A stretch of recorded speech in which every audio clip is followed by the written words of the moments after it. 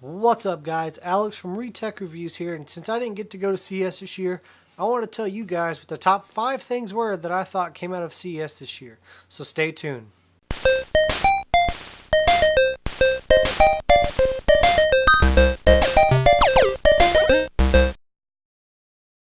No, I'm not going to talk about Vega, and I'm not going to talk about Ryzen because we just don't know enough about those yet. So this is going to be excluding those systems. So let's take a look.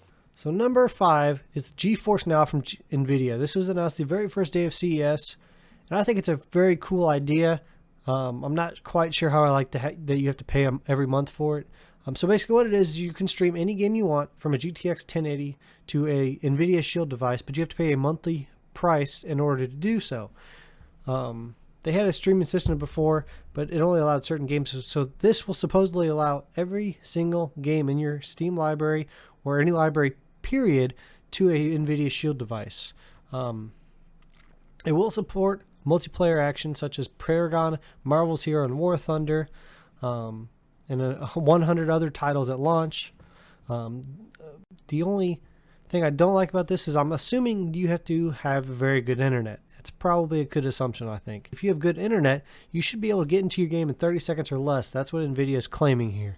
It also comes with Google Assistant support. So all you have to do is basically tell your game to launch, and it will launch for you. So you don't have to push too many buttons or wait too long to get into a game. Number 4 is the Zotac external graphics dock. I think this is a great idea. I know a couple other companies are doing it, but I like Zotacs because they're generally cheaper than all other companies. And I like the idea of a graphics dock because I don't have to buy, pretty much I don't have to buy another laptop anymore. Because I have an Asus G751 right now, and I paid $1,600 for it when I bought it.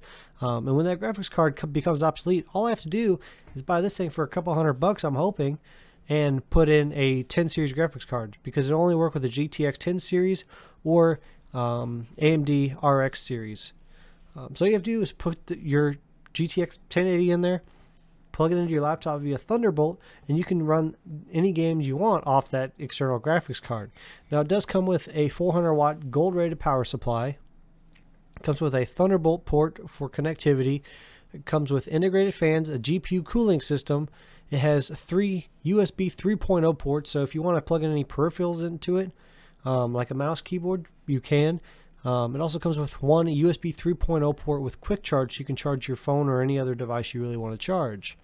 The only thing I don't like about this is it only works with GTX 10 series. So if you have a GTX 980 or an AMD R9 390, it will not work. So you will need to buy a newer graphics card in order to get it to work.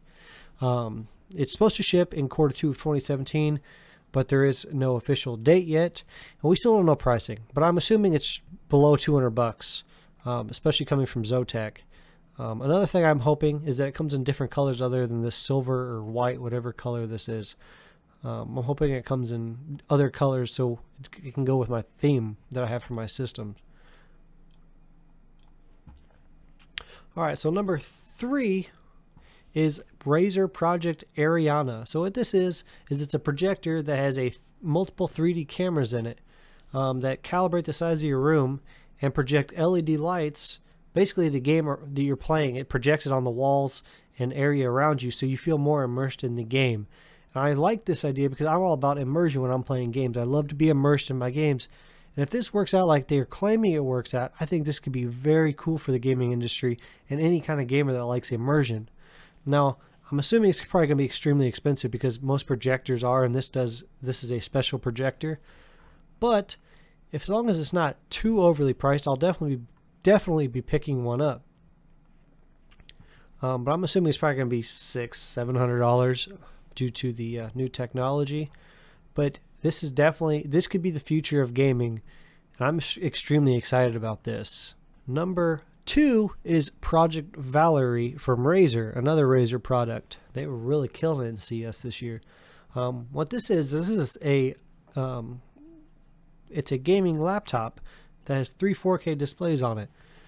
Basically, what you do is you open it up, and the 2 screens pop out from behind the main screen, and it forms a 3 display 4K pretty much desktop. It's a desktop replacement essentially. It's powered by a GTX 1080 So I'm not sure how well it will run a lot of games at high settings, because considering a GTX 1080 can't really run 4K displays at great frame rates.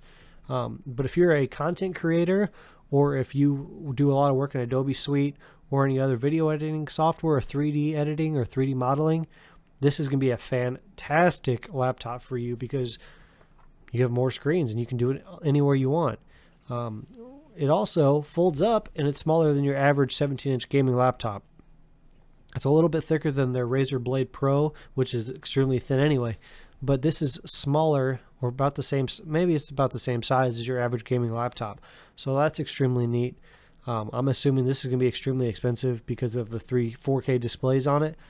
But that's just so cool. I mean, Razer really killed it. On a side note, one of these was stolen from Razer, the Razer booth at CES this year. So I'm hoping they capture that little douchebag. But number one is the Zenfone AR from Asus. This could be the absolute future of mobile gaming if it is done correctly. So basically how this works is it has three rear cameras on it. A 23 megapixel rear camera, a motion tracking camera, and a depth sensing camera. So it can tell how far away from the wall it is, how far away from other items it is, like your couch, like in this picture. And it'll project it can project things on it based on how far it is. I think this is going to be extremely cool for gaming. I'm assuming, like, there's other things you can do with this. Like, if you're wanting to buy a couch, eventually in the future, you could get like a picture of the couch and put it into your living room, and you can see how it would look in your living room. Or you could get a paint color for your car, or there's a million things you can do with this. This is why I'm so excited about augmented reality. Now, another thing I like about this is the gaming ability of this. I mean, look at this. You can project a game on a table. I mean, that's awesome. That just looks sweet. So this thing is rocking a Super AMOLED 5.7-inch display running at 1440p, and it has Gorilla Glass 4, so it's extremely hard to break. It also has a Qualcomm Snapdragon 821 processor, clocked at 2.35 gigahertz. It has a Qualcomm Adreno 530 graphics GPU, so you can do pretty much a lot of gaming on it, or a lot of augmented reality stuff. It also is the first phone that packs 8 gigabytes of low-profile DDR4 RAM. So this phone is going to be extremely snappy when it comes out. It'll probably be the fastest phone on the market when it comes out. That's assuming Apple and Samsung don't come out with 8 gigabyte phones before this thing's released.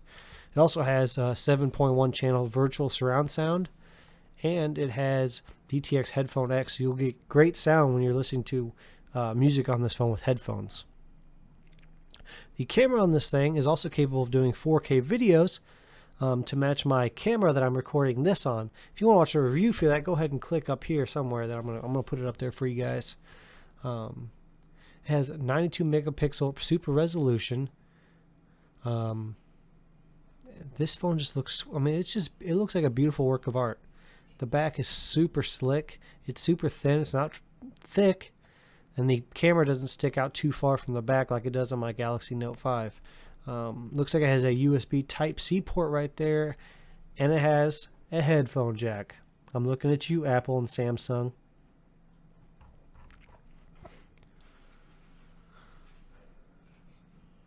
Now this phone is Tango and Daydream ready, and Tango is Google's augmented reality software, and Daydream is Google's virtual reality technology that they're coming out with. So this looks extremely cool if you're into the augmented reality or virtual reality thing, and this could be the future of mobile gaming. There's so many ways you could use the augmented reality for games. I'm extremely excited about this. You guys let me know down in the comments down below what the most exciting things for you were, because these 5 things were the coolest to me, but they're probably not the coolest to you. So let me know down in the comments down below, and let me know what you guys think. Alright guys, well thanks for watching. If you liked my video, go ahead and give me a thumbs up, and if you didn't like it, go ahead and give me a thumbs down. Leave me a comment down below. Like I said, let me know what you thought was extremely exciting at CES this year. Make sure you hit that subscribe button now and come back for content later on down the road, because I'm releasing a couple other videos this week alone, and I have older ones that you can watch. So make sure you hit that subscribe button, and until next time, I'll see you guys later.